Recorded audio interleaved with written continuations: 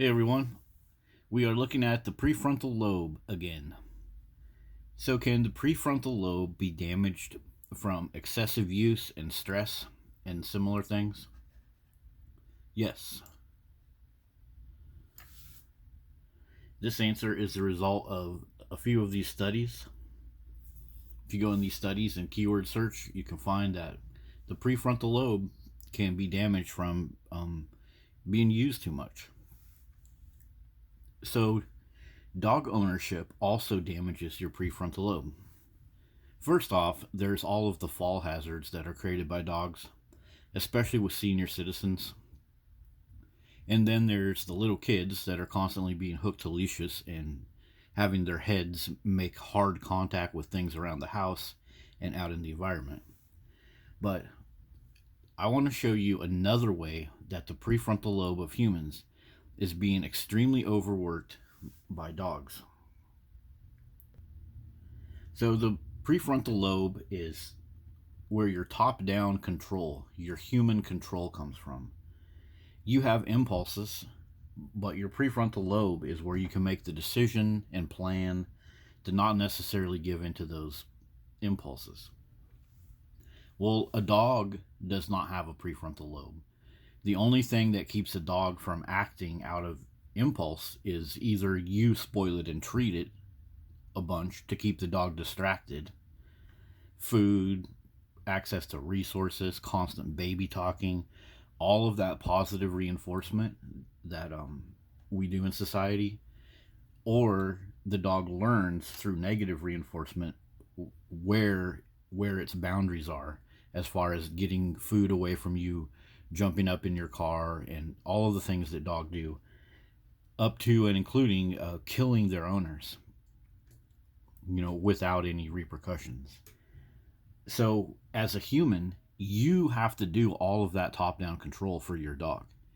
As you run around doing all that positive reinforcement, your prefrontal lobe is doing all of this micromanaging for the life of a dog, and that's stressing out your prefrontal lobe.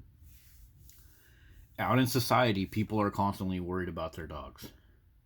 So, this is stress on your prefrontal lobe because now you have to manage basically a brain dead individual that's in your life. This individual has no ability to plan, no ability to show real gratitude. It's just constantly acting in a way to get resources from you. Like this Google search right here. Thousands and thousands of articles will come up if you start typing in this type of stuff. People all over the place are worried about their dog. I'm focusing on how dogs just eat stuff all the time. Eat, eat, eat. Dogs will eat themselves until the point of needing this stomach surgery or special drugs and special injections down their throat to lube up their guts so that they will finally expel the stuff they've consumed. So dogs have no ability to understand what the limits are of taking resources away from its environment. When you have a dog, you're just spoiling it all the time. If a dog was out in the wild, like say this dog right here that ate too much and now has to have its stomach cut open, and now the owner is going to be worried for weeks and weeks and months about the recovery of this dog. Another tax on the prefrontal lobe. If this dog was out in the wild with a pack of dogs and it ate more than its fair share of a kill of the hunt, the other dogs would bite this little dog, would bite it on the head, maybe not kill it, but they would bite it. They would run up and smack their nose into it, and it would get corrected and punished, and it would feel some pain for taking more than its fair share.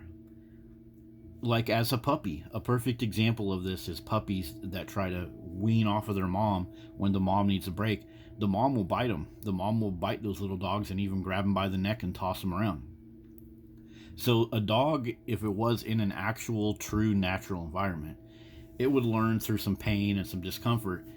Don't eat all that stuff. Don't go after other people's food. But in our modern society, we are using our human prefrontal lobe to try to manage the dog's access to resources by spoiling the dog and giving it more resources.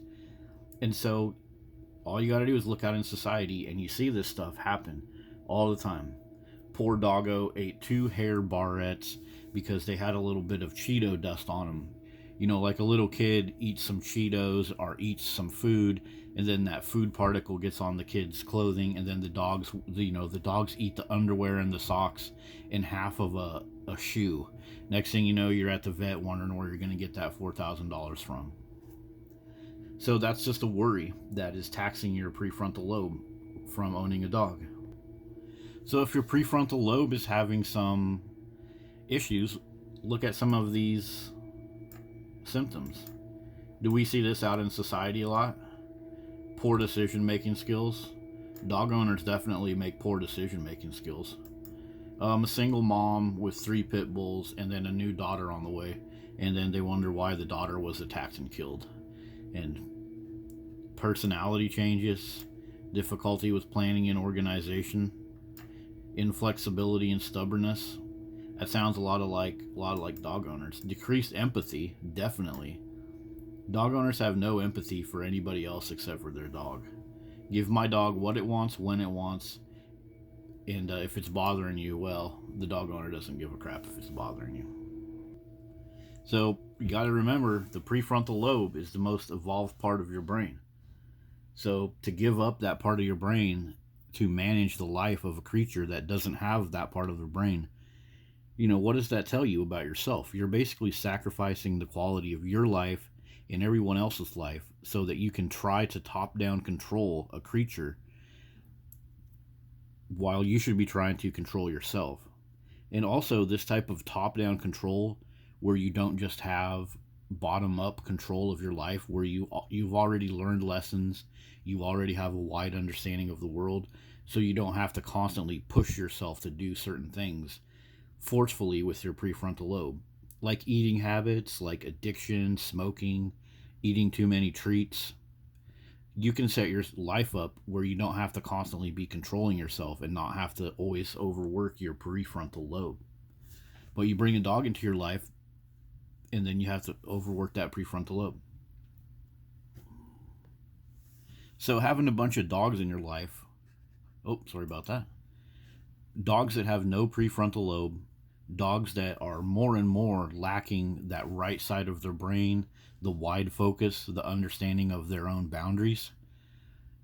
That's kind of like dealing with dementia patients or Alzheimer's patients, because their brain is similarly damaged. So people that deal with dementia patients, they get very, very, very stressed out. The people that have to deal with Alzheimer's and dementia, they have to also overwork their prefrontal lobe, because they have to plan, they have to have top-down control, they have to structure the life of somebody that has Alzheimer's or dementia or other brain injuries. They have to structure the house so the person doesn't trip.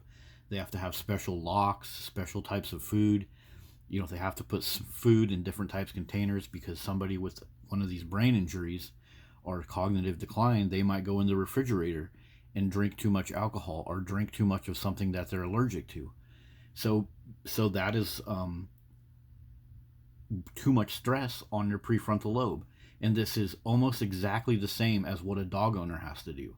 A dog owner has to take care of a needy creature that is like just going to consume all the resources and have a dog zero ability to understand the wide view.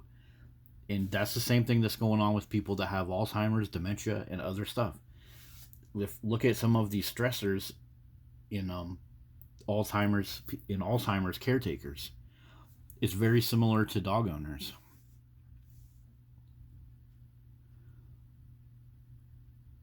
Missed opportunities, all the extra habits that the caretakers of these people have to take on. And if we go and look at veterinary suicide, that's another example of this. As a veterinarian, you have to try to manage your life around the over-the-top emotions and disasters of people that come in with sick dogs, and that stresses your prefrontal lobe. Prefrontal lobe damage can also lead to suicidal thoughts. There are plenty of studies to look this up if you want to understand the prefrontal lobe and suicide. Just here's a quick little highlight. Well, you can go in these studies and keyword search it. Prefrontal lobe based circuit dysfunction. So if something's going on with your prefrontal lobe, too much stress, too much trying to top down manage a brainless creature that lives in your house, a dog, then there's so many downstream problems that are going to affect your body, your life, your relationship with others. And in the dog culture critic world, oftentimes we sit back and shake our heads like, why are dog owners so just brain dead, stupid with their decisions, putting their kids in front of predatory animals, running their bank accounts dry on more and more dogs? Dog owners that literally act like they're dogs, just emotional freakouts all the time, which is kind of like barking.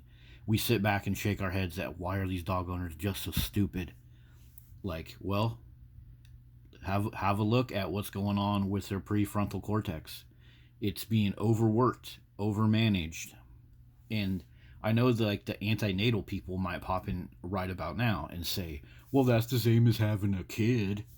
Yeah, but your kid will get to be 8, 10, 12 years old and be able to cook meals, will be able to help you drive a car. Your kid will actually be the one that has to babysit your dogs. You know, your kid will grow up and then help you. When you become a senior citizen and you're tripping over dogs and taking care of extra dogs, if you had raised a kid, well, your kid could be taking care of you, helping you around the house, doing little light bulb replacements. Your dog will never do that for you. So, yeah, certainly your prefrontal cortex is going to get taxed by having kids, but not, you know, once the kids start to grow up and once you put all of that effort into your kid, you're going to have a prefrontal cortex operating person in your life that can be a million times more helpful than any four-legged flea motel, no brain having, resource sucking until its very last breath dog.